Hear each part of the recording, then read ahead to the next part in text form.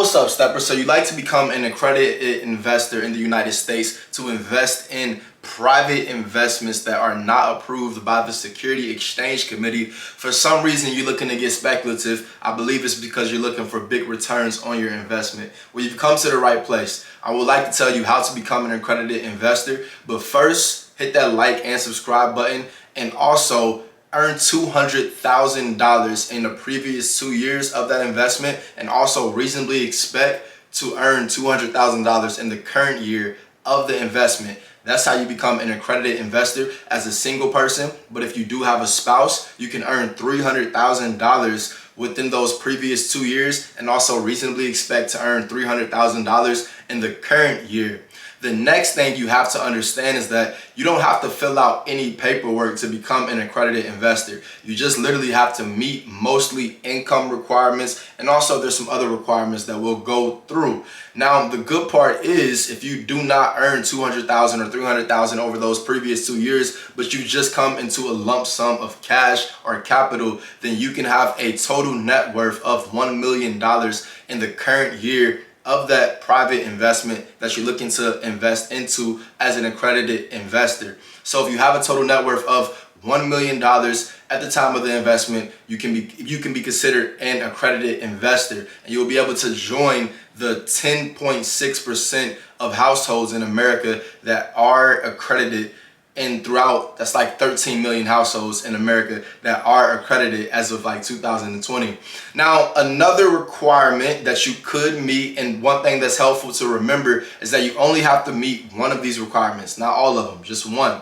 Another one is, and perhaps the easiest one, is just marry somebody with money, right? So you can actually be considered a spouse's equivalent. So if you marry somebody and your spouse is an accredited investor, then you will be the spouse equivalent. So you will be considered an accredited investor as well. That's just how it works, guys. So if you are marrying somebody that's accredited, you are considered accredited as well, as long as the spouses share a spouse pool. So as long as you guys share capital together and there's no, good prenups out there.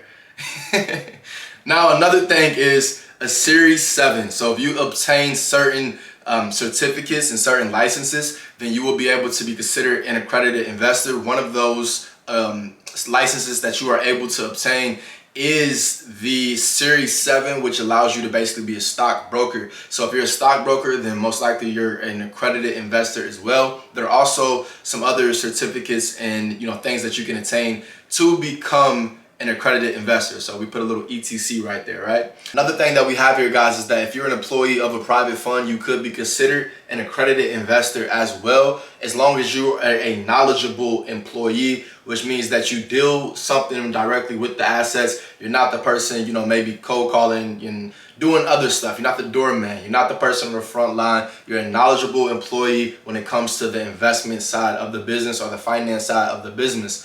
Now, another thing or another requirement or another point that you can have to become an accredited investor is if you are a member of an LLC that has a capital of $5 million under control. So if you're a member of an LLC that has $5 million of capital, then that LLC, that entity, will be basically considered an accredited investor in the United States. And guys, one thing I, again, want to stress is that you don't have to fill out any paperwork. It will basically be determined by your taxes, and also with the specific with the specific private asset group or the private investment that you're looking to get into, they will have to verify that you are accredited.